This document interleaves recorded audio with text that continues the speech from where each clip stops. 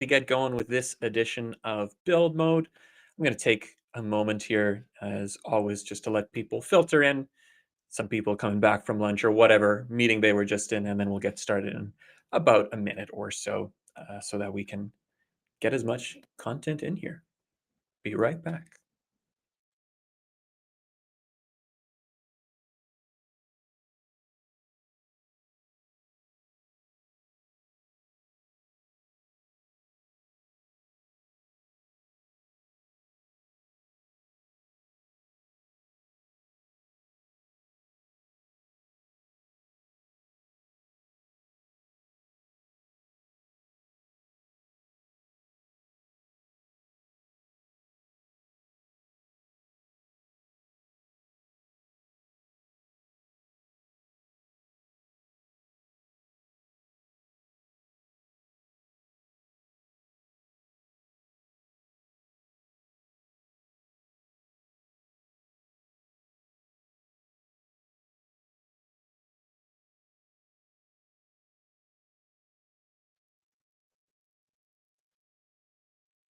All right. We'll get going here with a little bit of introductions just in case some people filter in. But thank you all so much for attending this edition of Build Mode.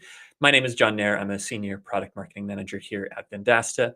And I'm really happy to have this weekly series on how to use AI and operations inside the Vendasta platform and to get the most out of using these things together. It's been a lot of fun. We've had 2 sessions so far, and you can find them on YouTube. But this session will also be available on YouTube later if you'd like to watch, but happy to have you here in person as well too. And this session is going to be on building custom tools and integrations using AI and all of the different operations that are possible as a result of having those custom tools. So on today's agenda, we're going to take some time to understand what I mean when I say a tool is going to get used and what that looks like in a conversation. We're going to then learn the basics of how APIs work. If you're totally new to this concept of tools and AI, then this might seem like a bit of a side tangent, but it's really important to building your own. And then we're going to see how AI employees use those tools in conversations. We're going to take some time then to do some building, utilizing documentation to build those custom tools. And then we'll have a live example where we're going to build a weather checking tool, just because it's a nice and easy and safe that you can build together. So let's get started with a demo of seeing what tools can do in a conversation. So I'm going to share this tab. This is a my listing page for a example business that I like to use as a demo. Mr. Handy Helper, he does all sorts of different work inside of Saskatoon. And I had a conversation with him about doing some gutter cleaning because it's getting close to winter here in Saskatoon. And so we would need to clean out the gutters. We had a great back and forth about this, capturing my name and my information and where we need to do this. And now we got to this point here where Mr. Handy Helper is going to be asking about, hey, I can't book the appointment, but I'll pass the information along. And is there a particular date or time that works best for you? And I'm going to say any time this week, maybe tomorrow. And our AI receptionist here, Mr. Handy Helper, is going to take this moment to take a look at the forecast and use that to then build out, hey, this is going to work for making an appointment or not. And this is super, super reasonable because this is exactly kind of how you would expect a normal person to work. If they're going to be doing something like gutter cleaning, they probably don't want to be outside when it's like, freezing, so they can't use water, or that, there's crazy wind or something. So if I go to share my screen here, excuse me, share this tab here, we'll see that we used the current weather forecast for Saskatoon, and the AI assistant used an API to get information about that weather in the future. Okay, so there's a lot going in there, and we're going to break it down a little bit by bit to really understand what's going on with that kind of tool. If you have questions as we go along, please feel free to take time to leave comments in the chat. But there's also the Q&A where you can ask your question, and we'll make sure to get to it later. So, what are tools? Uh, the long and the short of it is they are functions or APIs that AI can use. There's often a sort of dynamic input to them. We can let AI figure out how to use them, or we can tell AI really specifically how to use an API and get a really specific result.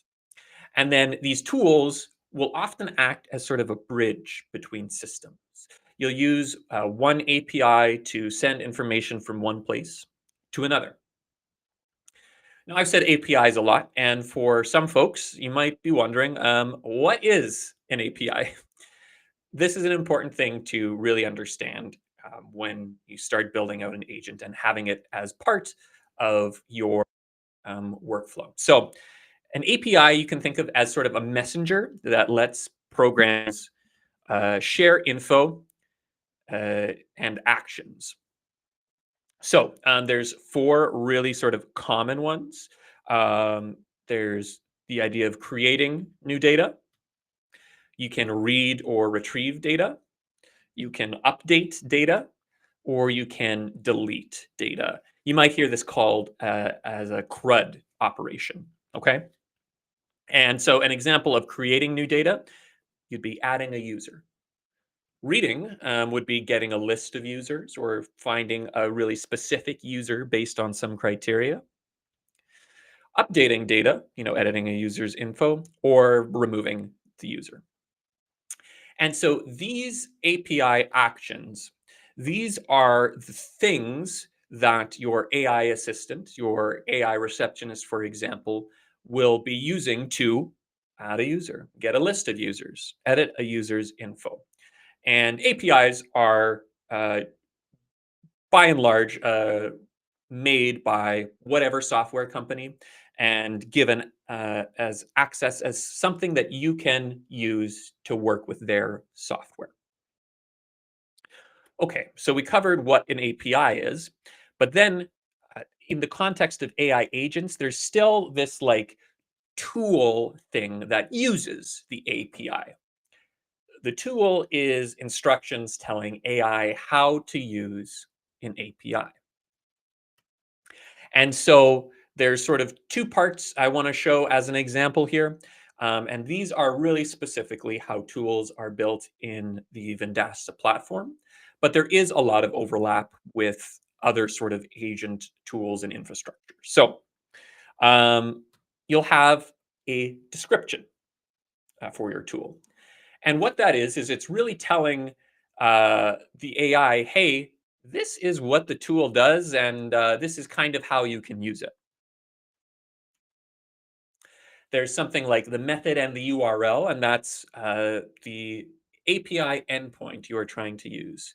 And you're going to get this from the software that you're trying to work with. There are headers. It's special info like authentication, so that you, as a user of your specific CRM or whatever, you're saying, "Hey, I have permission to add or update or delete or edit these entries," because we don't want just anyone doing it. We want to have, secure APIs for depending on the use case. And then we also have parameters.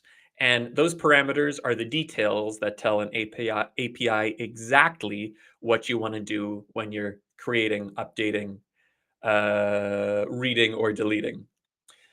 And those are the basic fundamentals of a tool, with the parameters being the really, really specific thing that you probably want to figure out how to do with your API. Okay, then you're probably saying, how do I fill out a parameter? And this can be a pretty long topic. So we will take some time to go through one as an example first, but I think it's really good to just think about some really key principles for how you should go about filling out a parameter. And some of the basics are use source documentation. You're going to go to whatever software that you're trying to connect with. You're going to find their API documentation and you're going to make sure that you're using that because that's going to give you the best, most consistent, most up to date information. And you'll need that. Of course, a lot of us aren't really experienced with APIs or development. And so we're going to make sure to use the help of AI to help us fill out those parameters. We might understand certain things, we might not understand other things. As long as we give the right sort of context, it's not so hard to figure out how to fill out a parameter with the help of AI. There's a neat trick that we have in the Vendasta platform where you can actually import these using a system called CURLs. We'll take a look at that. And you're going to want to definitely take some time to manually review and or write a description. And all of the other stuff up front, the import, the source documentation, working with AI, I think you can outsource a lot of that, a lot of your thinking to an AI system, and it will do a really good job. But understanding what to write in the description, I think, is the most important part that you shouldn't outsource when you're creating a tool. So, as an example here, I have two parameters with two different description fields. In this first one, I'm saying, hey, AI, you're always going to set this parameter as temperature underscore 2M comma precipitation. And what this is going to do is make sure that when AI is using this tool, each and every time it's going to give me this. So I know that the outcome I'm going to get from that API really consistent. Here's the hourly precipitation at this temperature for 2 meters. Now, in comparison, I have this parameter over here. And what you'll see is that the um, this description is telling AI to kind of infer the right way to fill out the API. It's saying, hey, you're going to go find the latitude for this place, but you're gonna do it based on the context of the conversation. We don't know maybe where we're doing this weather lookup as an example. Maybe it's in one location and we have another location, or maybe we service a really large area and we don't know exactly the right latitude. So instead of telling the AI, hey, go out and fill this in this way specifically, we're writing a description, a prompt, maybe, if you will, of how the AI should fill out an API. Okay, let's take a look at how you might do this in practice with a little bit of documentation to build a tool. So I'm going to open up my Mr. Handy Helper one more time. And we are going to have a look at this capability in the Vendasta platform. And in this capability, the tool that it used to find the Saskatoon weather. Now, when I go in to edit it, you'll see that for my demo, I did a little bit of cheating. I assumed that Mr. Handy Helper is always going to be working in Saskatoon. And so I said, hey, you're always going to look up the weather using the latitude and the longitude for Saskatoon. But actually, maybe we don't know where the person is going to be chatting with Mr. Handy Helper. So we're going to need to dynamically set this. Let's start all the way back with having an API to do this work for us. So this is a example that I like using because it's free. It's pretty easy to test and try out, and it's a little bit more user friendly of a way of figuring out how an API works. So this is the Open Medio uh, website, and you can try their API here. And this is a really nice visualization of what the API is asking for. So what I mean is I have these sort of ideas of like coordinates, all of the different variables that we could get from the API. And then way at the bottom, we have the API URL. Little zoom in there for you. This URL is what our AI agent, our AI receptionist in this case, would use to get information back. If I just copy this URL and I go to it in my browser, I get a whole bunch of information. Um, it's not very readable to me, but the AI is able to take this information and say, oh, I understand what the weather forecast is going to be like. Now, you'll see we have things like the latitude and the longitude, and we have little equal signs where we are sort of filling in the information. We have this idea of hourly things that we get.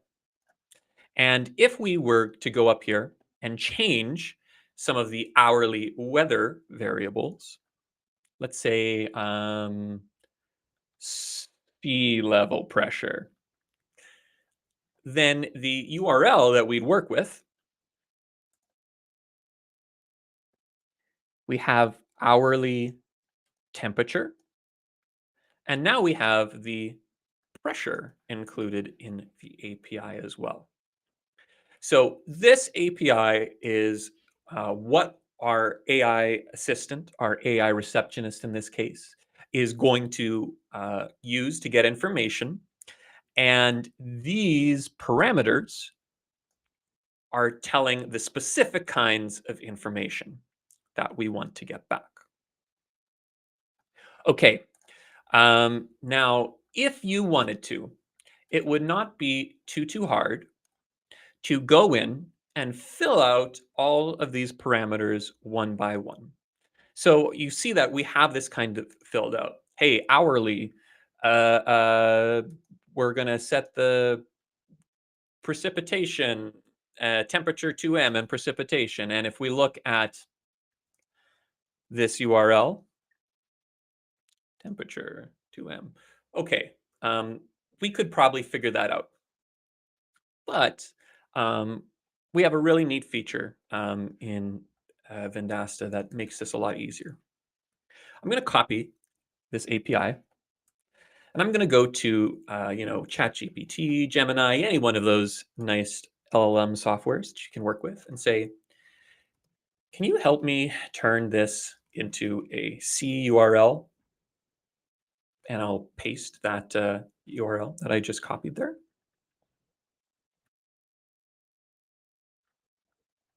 And you'll say, hey, here's the curl command version of your request. We get some explanation, but I'm just going to copy that.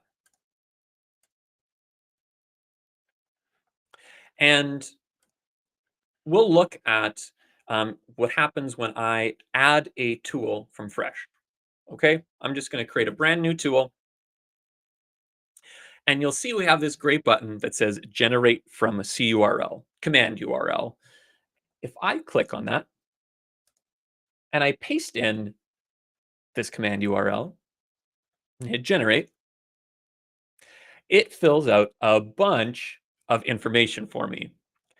It fills in the URL and it fills in all of these different parameters, the information, the specific information that I wanted to get back from that API.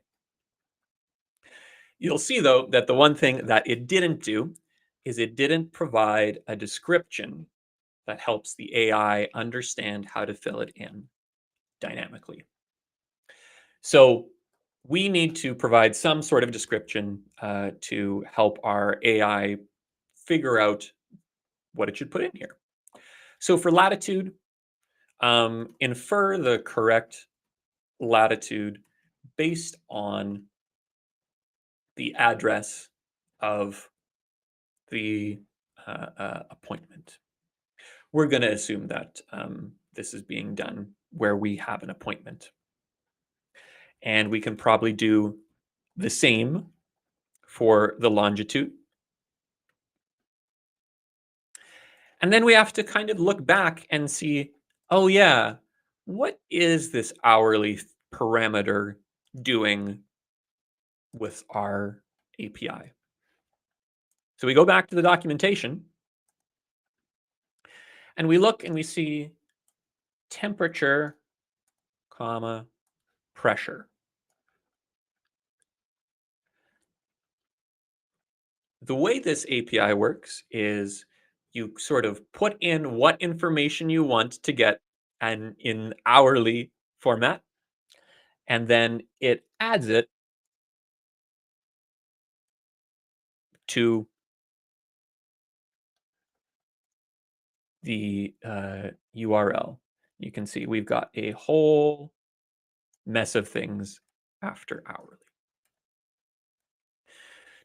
It can be tricky to know what to put in for a description here to let AI do its best job of consistently filling in this parameter to get the information that we want. So I'm going to go back to ChatGPT and we're going to work with this to help us fill out the description.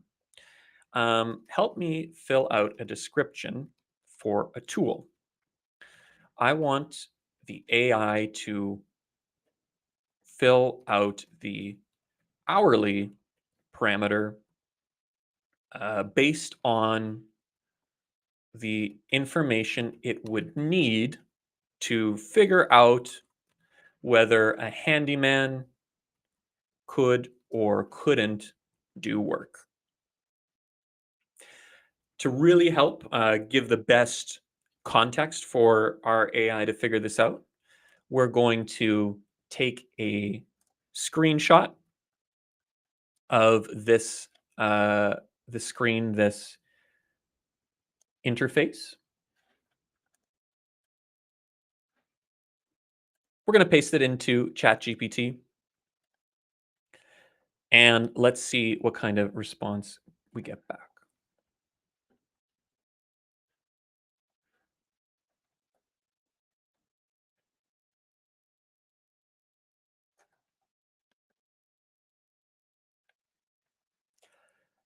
Awesome. Select the relevant hourly weather data variables: temperature, precipitation, wind speed, surface pressure that could affect a handyman's ability to work outdoors.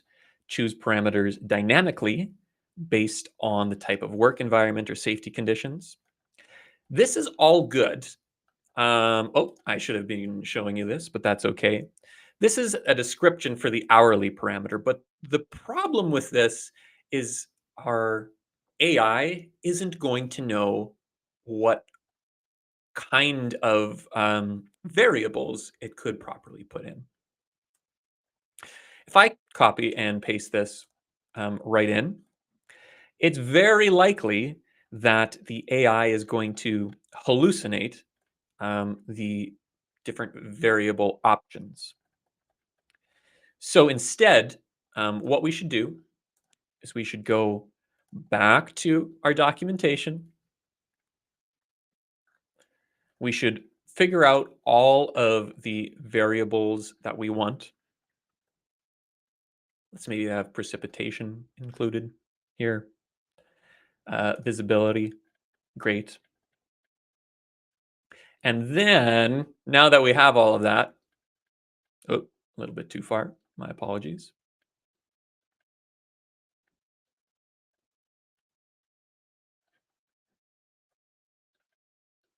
we will copy this new URL and say, um, please give the specific variables in that description. So AI knows what to choose. Here's all of the potential ones.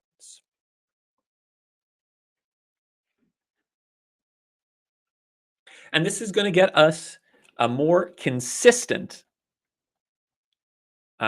responses from our AI so that it knows how to fill out the API to get the information that it needs.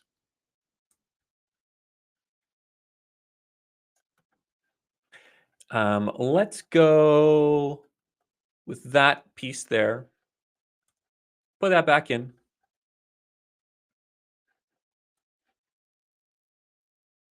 I will call this get whether any location, and we'll write a brief description that tells the AI how to understand to use it. Use this tool when making a booking outside so that we know if it's safe to uh, uh, do work outside. We will swap out this and save. And let's go back to our Mr. Handy Helper and say, would it be possible to book this weekend?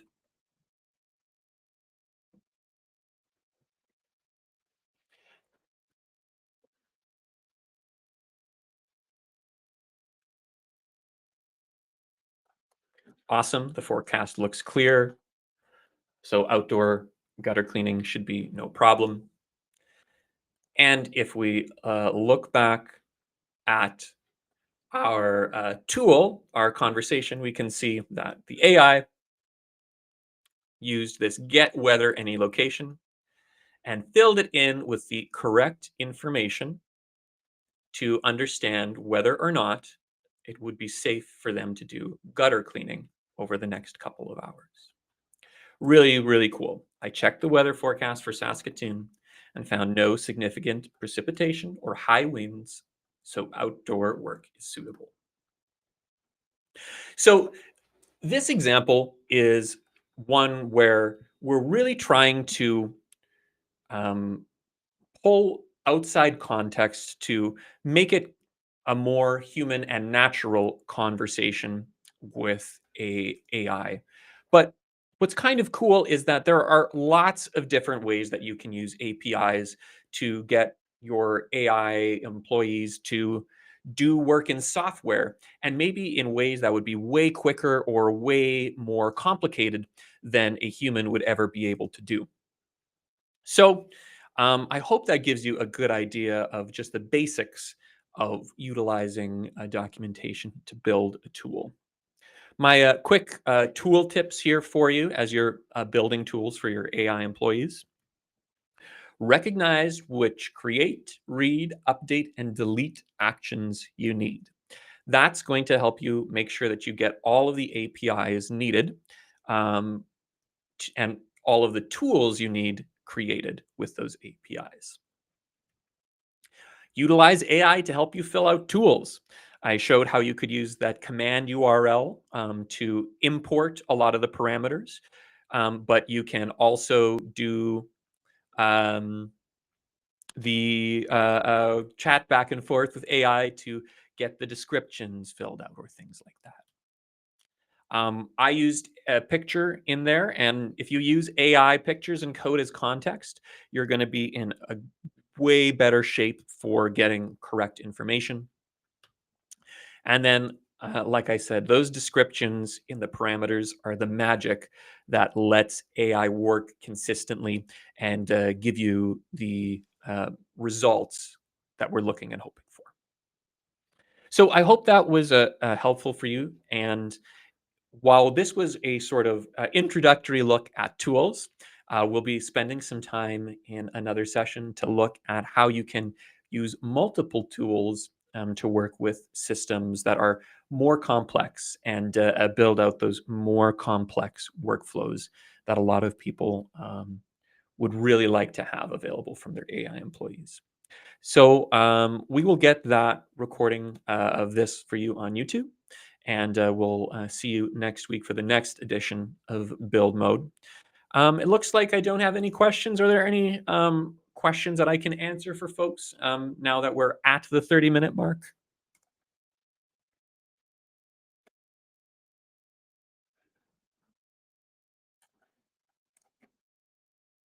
All right, I will take that as a no, but thank you all so much for attending this edition, and see you next week or in the next recorded video. Thanks so much.